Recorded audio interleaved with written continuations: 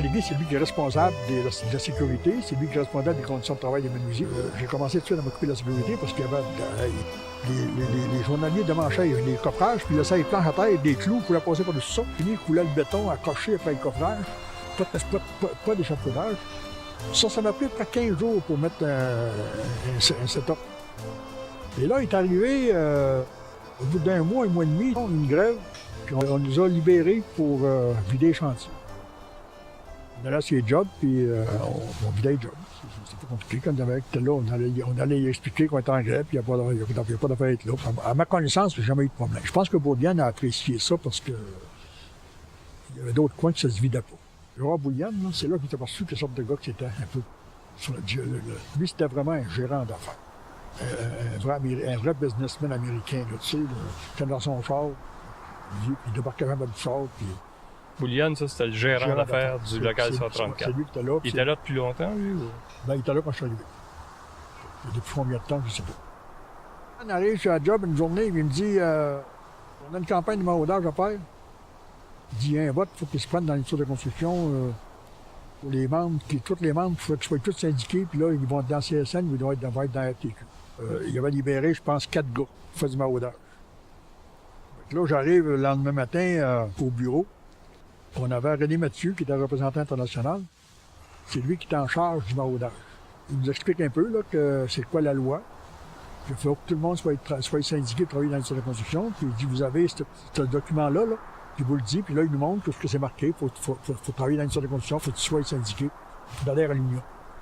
Ça, c'était notre Bible qu'on avait pour syndiquer le monde. Mais comme il y avait eu une publicité de faite, moi, je faisais ça rue par rue. Tout ce qu'il y avait une construction, j'arrêtais.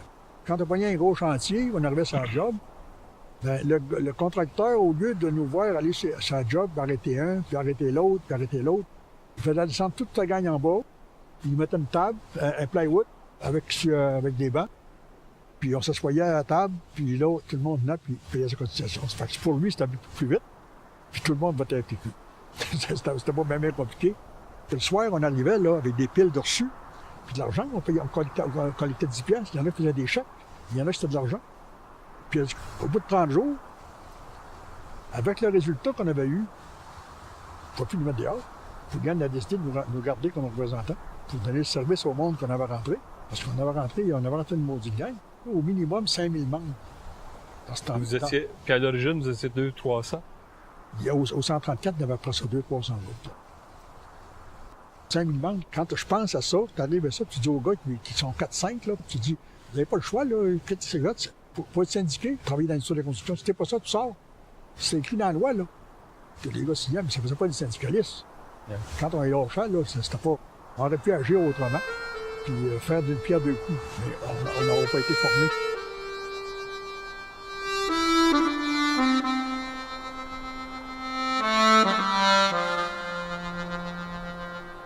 Au début des années 70, le local 134, c'est le local des menuisiers par la région de Montréal. Mais dans chaque région du Québec, il y a des locaux de menuisiers qui sont tous reliés à la Fraternité internationale des charpentiers menuisiers. Ils sont tous autonomes. Ils sont tous autonomes. C'est à cette époque-là quand même, parce que comme on négocie une seule table de négociation pour toute l'industrie de la construction, là, le monde est obligé de se parler un peu. On se parlait au Conseil provincial des charpentiers menuisiers. Et au Conseil provincial des métiers de la construction qui regroupait tous les métiers. Ça, on se parlait plus là quand on avait une négociation à faire. Oui. Mais entre-temps, là, pour l'organisation des charpentiers menuisiers dans la province, ça se passait plus au Conseil provincial des charpentiers menuisiers. C'était la structure qui réunissait tous les locaux. Mais moi, là, au 134, je suis pas capable d'aller dire au gars de Joliette, tu vas faire ça, ou à Saint-Jérôme, tu vas faire ça. Il est autonome.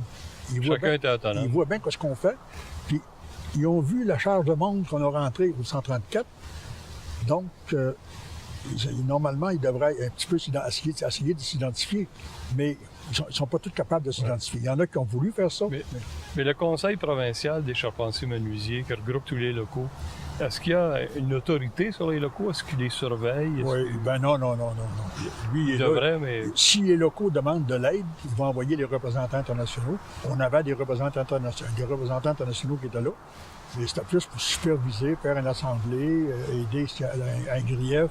Puis, c'est ça, il donnait le service en surface. Mais l'organisation sur le plancher, là, au niveau du chantier, c'est pas de ça.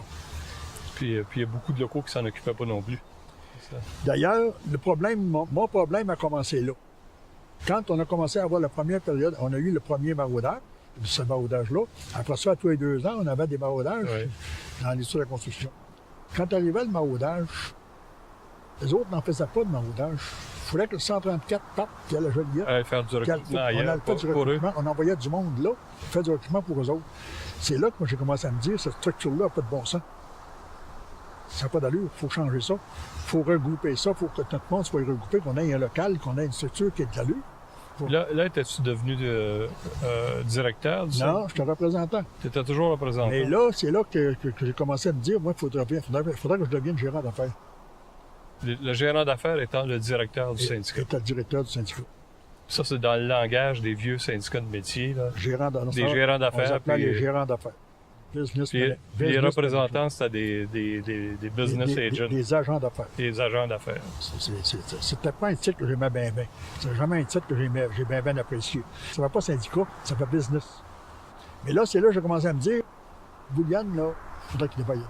Puis il m'avait dit une couple de fois, il dit, c'est toi qui es mon meilleur. Puis quand il m'a voulu m'envoyer quelque part, là, il y avait un job qui allait mal quelque part, là, il m'appelait puis il m'envoyait là. C'est toi qui es mon meilleur, il faut t'affronter tel là. Fait que quand une bonne journée, c'est les élections, on m'envoie dans le bureau à Boulian, j'ai dit, Gérard, je me présente contre toi. Il dit, comment ça? Ben, j'ai dit, je pense qu'on peut faire un peu mieux, là, puis j'ai dit, je pense que je peux prendre ta job. Il a démissionné avant les élections. Avant les élections. Fait que là, j'ai devenu gérant d'affaires. J'ai commencé à penser à une structure, comment est-ce qu'on fait pour réunir tous nos locaux ensemble. On a une loi provinciale, on a des conditions provinciales, tout est provincial. Comment est-ce qu'on fait? On ne peut pas discuter de ça bien au conseil provincial des charpentiers menuisiers parce que le conseil provincial, on est supervisé par des représentants internationaux. Puis tout ce qu'il y a là est écrit. Donc, on a formé une structure parallèle qu'on a appelée le comité d'action professionnelle. Au comité d'action professionnelle, on réunissait tous les locaux des charpentiers menuisiers. C'est là que j'ai commencé à expliquer c'est comment est-ce que je voyais ça. Mais les gens là, qui étaient assis dans leur bureau, qui avaient un job assuré, là, pour tout convaincre ce monde-là, qu'on fusionne dans un seul local, dans une nouvelle structure, puis qu'on ne sait pas dans la nouvelle structure si on va être là demain matin. Parce qu'en lâchant l'international, là, quand on décide de former une nouvelle structure, là, on lâche l'international, il faut qu'on part avec zéro. Mais là, il n'est pas encore question de lâcher l'international. À ce moment-là, tu l'as peut-être en tête. Non, mais j'en ai parlé. Ouais. Quand je lui ai dit ça, il faut se regrouper. J'ai dit, nous autres, là, parce qu'à la FTQ, on parlait de plus en plus de former une nouvelle structure avec d'autres métiers. Il y avait les électriciens qui étaient déjà partis, les opérateurs en parlaient. Moi, j'en parlais beaucoup. Puis il y avait d'autres métiers que je savais qu'ils étaient poursuivre là-dedans. J'ai mis j'ai fait un schéma, comment que serait le local 9, puis ce serait quoi les services qu'on se donnerait là-dedans, puis ce serait qui le représentant qu'on aurait là-dedans. Puis là, j'ai dit, quand j'ai présenté ça, j'ai dit, il n'y en a pas un de vous autres qui va perdre sa job. J'ai dit, sauf que si jamais on perdait en cours, parce qu'on a eu 3 injonctions d'international. Ils voulaient absolument nous mettre sous tutelle, puis jamais été capable. Finalement, j'ai réussi à les convaincre. Puis on a fait les statuts du local 9. André qui était là, André Laplante. Il nous a tous commencé à organiser les cours de formation.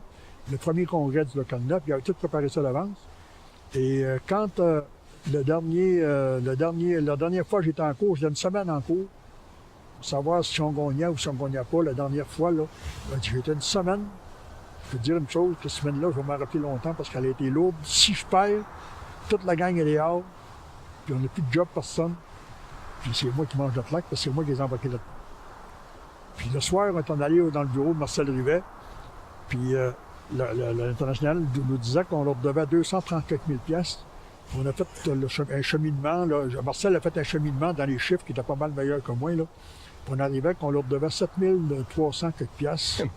On a présenté ça au juge dans le matin. Le juge, sur le banc, il dit le local 9 devait 7 300 quelques piastres au local 134. et l'injonction est rejetée. Oh, sacrifice! Il y a 3000 livres qui venaient de me débarquer sur le dos. Toute ma gang de représentants m'attendait dans une salle que j'avais levée au Buffalo Louis XV. J'ai été chercher 2 bouteilles de champagne.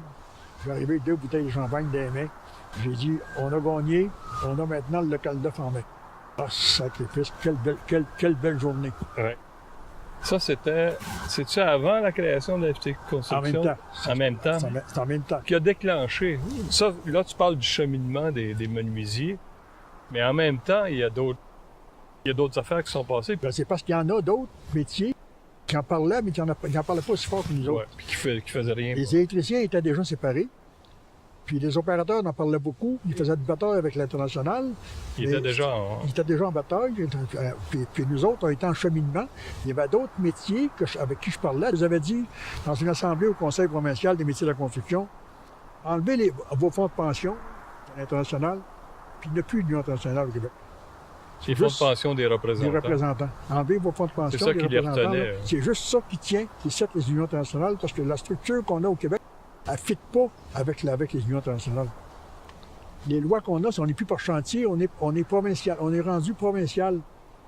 Les structures sont provinciales, les négociations sont provinciales, le décret est provincial. C'est plus un décret, c'est plus une convention par chantier, comme il y avait dans le temps, partout dans l'Amérique du Nord. La vallée, pareil. Puis moi, on a commencé à rencontrer des députés. On a commencé à vouloir rencontrer René Lévesque, mais il fallait passer par la berge. Moi, j'avais rencontré Marois au moins 3 fois, puis j'avais dit, ce qu'on veut faire, là, c'est exactement ce que le Québec veut faire avec Ottawa. On veut être maître chez nous. J'ai dit, c'est pas compliqué, ça nous prend une loi pour se sortir du Conseil provincial des métiers de la construction pour avoir notre propre industrie, notre propre conseil, notre propre union au Québec. Puis là, il fallait absolument rencontrer René Lévesque, puis on n'était pas capable. La berge, j'ai demandé, pas des fois que j'en parle, j'ai pas eu de rencontre encore. On avait été assiégés son bureau, on était 15 jours dans le bureau de la berge. On arrivait là le matin, pour partir le soir. Puis là, on venait le lendemain matin, pour partir le soir. On a été 15 jours dans le bureau de la berge. Finalement, la 15e journée, il dit, je l'ai, votre calice de meeting. Fait qu'on a été rencontrer René Lévesque au bureau à Montréal, à Lido. Puis on lui a expliqué c'était quoi notre affaire. Puis là, ça avait déboulé vite. Une fois qu'on avait parlé avec Lévesque, là, ça avait déboulé vite. Il y avait une loi qui s'était préparée. Puis, conformément à la FTQ Construction qui était pour avoir un vote, 30 jours. On avait 30 jours pour faire voter le monde, pour aller chercher le monde. Moi, dans les 30 jours de maraudage, j'avais été chercher 3200 menuisiers. Dans les 30 jours. Sur une possibilité de combien au 134? On devait en avoir 7000, et on était chercher les autres par après. Les autres se sont emmenés par après, en dehors du maraudage. Au 134, il n'a pas resté beaucoup. Ils ont gardé 10% maximum, ils ont gardé j'ai 10%. Puis le local des menuisiers, en dernier, on a monté jusqu'à 22 000 membres. Le local 9. On avait une belle structure, par exemple. Ce qu'on avait fait, moi, ce que je voulais, c'est qu'on ait une structure que les membres puissent décider. La fameuse carte avec agent d'affaires, puis gérant d'affaires, je voulais faire disparaître ça. Puis je voulais que ce soit... L'agent d'affaires, c'est lui qui dirige, c'est lui qui guide, c'est lui qui dit au monde quoi faire. Puis je voulais que ce soit les membres qui nous disent quoi faire. Parce que c'est quoi leurs besoins. Puis c'est eux autres qui décident en assemblée qu'on ait une structure démocratique. Moi, j'avais toujours ça dans ma tête. Depuis longtemps? Depuis longtemps, ah oui. Avant même qu'on commence à parler du local 9, quand je voyais au 134 comment ça fonctionnait dans les assemblées, là, puis Claude arrivait sur la table, là, puis il disait avec le marteau hors d'ordre. Puis le gars ne savait même pas ça voulait dire quoi, hors d'ordre. Tu sais, on avait rentré des nouveaux membres, là. Les anciens, les autres, ils savaient. Les nouveaux membres ne savaient pas c'est quoi. J'en avais qu'on avait été signé, je me rappelle, du chantier de construction de BA Construction à Laval, à Fabreville. Il y en avait 2, j'étais en dessous du plancher. Avec eux autres, on n'était pas à 4 pieds d'eau. Ils n'étaient pas venus en dessous du plancher, j'avais été les voir. Il dit, vous savez qu'on irait chez vous, on ne peut même pas parler à l'Assemblée. Moi, j'avais dit, signe ta carte, puis viens à l'Assemblée, puis s'il y en a un qui t'empêche de parler, je vais être là. Je te jure, là, je vais être là. Il y avait rentré, ça a été 2 bons militants par après. Mais il faut que les gens se sentent chez eux. Pas qu'ils arrivent à une place où ils pensent que c'est la gang en avant qui run. Fait que nous autres, on a formé une belle structure qu'André avait mis sur pied. Cette structure-là, en gros, là, ça consistait en quoi? On avait, dans chacune des régions où on avait des locaux, on avait un exécutif régional. Puis, Élu par les membres. Élu par les membres. Et tous les exécutifs régionaux se réunissaient dans un conseil général à tous les 2 mois. Là, les rapports financiers étaient présentés, puis on faisait le rapport de ce qui se passait, de ce qu'on était rendu. Si les gens voulaient changer des choses, Vous pouvez voter là-dessus. ils pouvaient voter là-dessus. Moi, je trouvais ça plus démocratique que ce qu'on avait avant. C'est sûr que ça coûtait un peu plus cher, mais au moins, les gens étaient à l'aise de fonctionner dans leur syndicat. On avait plus de militants aussi. Ça, c'est la structure décisionnelle, mais maintenant, au niveau des services, qu'est-ce que tu as implanté à cette époque-là pour rendre ça plus vivant? Moi, là, j'étais pas un gars bien instruit. Hein. Je n'ai pas été à l'école longtemps. J'ai eu une 7e année, parce que j'ai été 3 ans pour les cours du soir pour aller chercher ma 11e année. Mais j'ai toujours eu du monde compétent autour de moi. André Laplante a été longtemps avec nous autres. Quand il est parti, c'est Pierre Richard qui a pris la place. On a toujours eu des bons gars pour faire de l'arbitrage, pour faire des négociations. Il y a toujours eu des gens compétents pour faire les jobs qui devaient se faire au niveau juridique. On avait des avocats pour les griefs. Jusqu'à temps qu'on commence à former notre monde, là, pour faire le journal, ça a pris un bout de temps, là. On a formé des gens pour être formateurs des cours de santé et sécurité au travail, pour les structures syndicales, les procédures d'assemblée. On a monté une série de cours. Ça ne se montait pas dans les autres cours. Ça n'existait pas dans la construction. Là. Même au point qu'à un moment donné, il y en a un qui arrive dans mon bureau, puis il me dit, Marie, il dit, il ne faudrait pas qu'on soit trop différent des autres. Hein. Pourtant, c'était un gars qui suivait la ligne, c'était un gars qui n'aurait pas dû dire ça, mais il faut pas qu'il voyait qu'il entendait des commentaires. Puis j'ai été aperçu aussi des fois au sein de la construction comme quelqu'un qui était un petit peu différent des autres. Puis ça je m'en foutais d'une raconte. Mais ça devait déranger certains qui se disaient nos membres vont finir par réclamer des services semblables. C'est pas juste ça, c'est que quand les gens, c'est un peu comme les journalistes, là, ils surveillent ce qui se passe dans la province de Québec, ils sont au courant de bien des choses, que cette gang-là ne voudra pas que ça arrive. Hein. Ben, quand tu fais de la gamique, tu veux faire ça en réseau, en vase clos, tu veux pas que trop de monde soit impliqué là-dedans.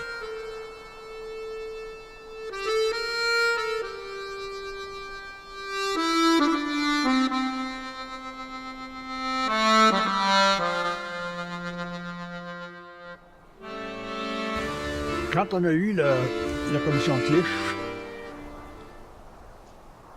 il y a une page qui m'avait frappé de front.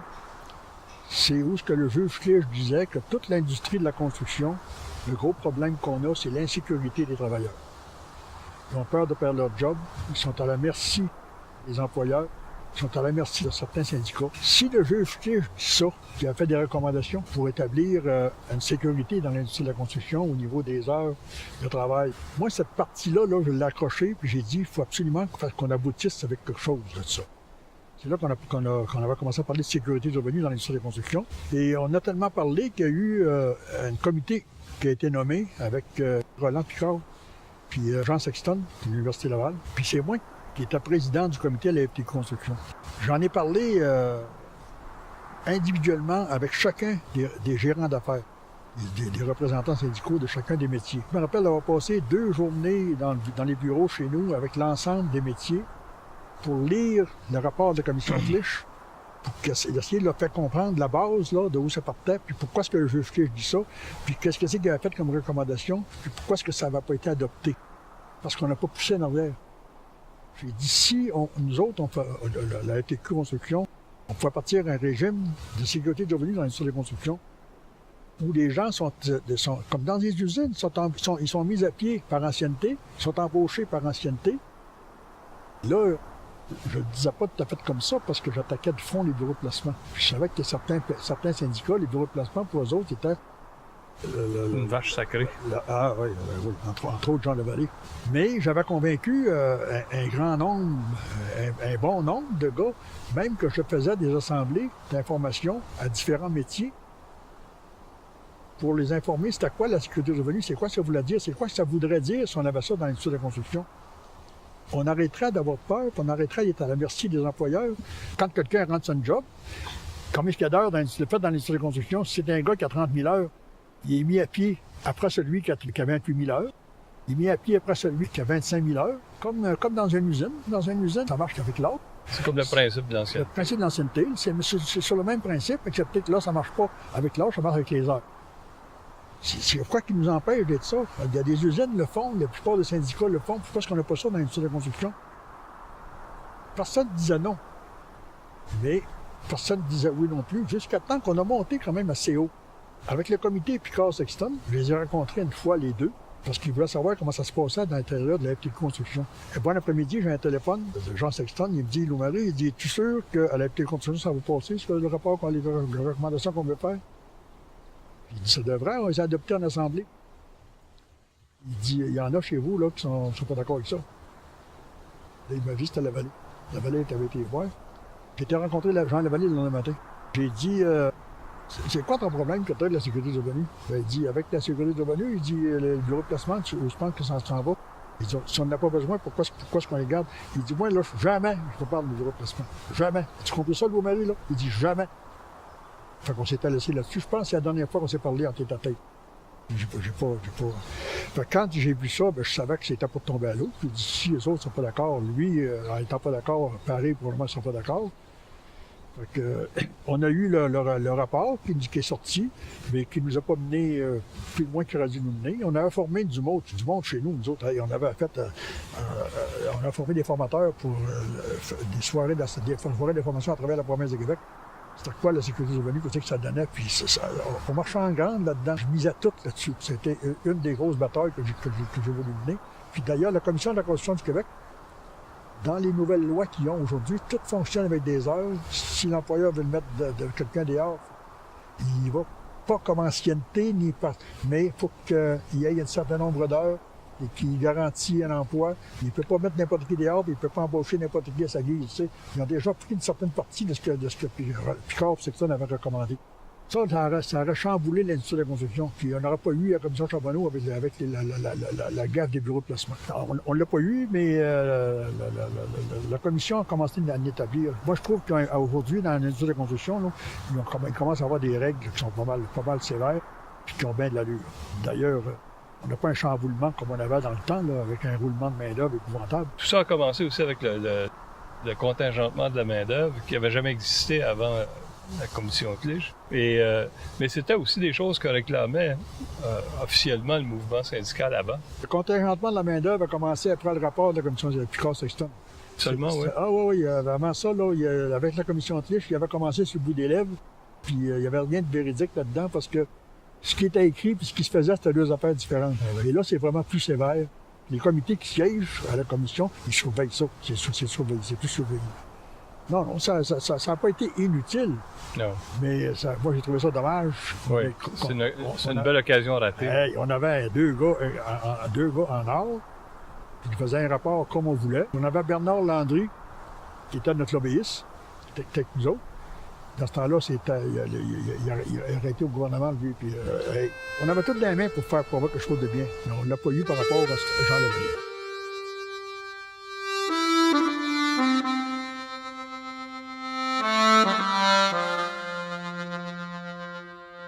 Quand j'en regarde le cadre-là, comment est-ce que c'est qu'il créé, comment est-ce qu'il a fonctionné, puis ce qu'on a fait avec ce qu'on avait, puis la manière qu'on a eu la misère à passer des bouts, je trouve ça extraordinaire. Mais on aurait été capable d'aller beaucoup plus loin avec les mêmes choses si ça n'avait pas été de quelques individus là, qui essayaient de mettre des bâtons dans les roues tout le temps. Là. Mais malgré tout, là, quand je regarde l'ensemble, je trouve que ça a très bien été. C'était une belle structure. On a souvent eu des félicitations. Il y a des choses, un paquet de choses que j'aurais fait différemment si j'avais été plus informé, plus instruit, plus mobilisé sur des sujets particuliers. Je suis très, très content de m'être entouré de gens compétents. Mon cher Lou-Marie, ça a été un plaisir de faire ce rappel avec toi de ce parcours. Alors j'espère que ça n'a pas été trop douloureux. Non, ça a été un plaisir de faire ça. Je pensais jamais que ça allait arriver d'abord, parce que je ne sentais pas autant d'importance que ça à donner ce que j'avais fait, mais c'est apprécié, très apprécié. Je vous remercie tous.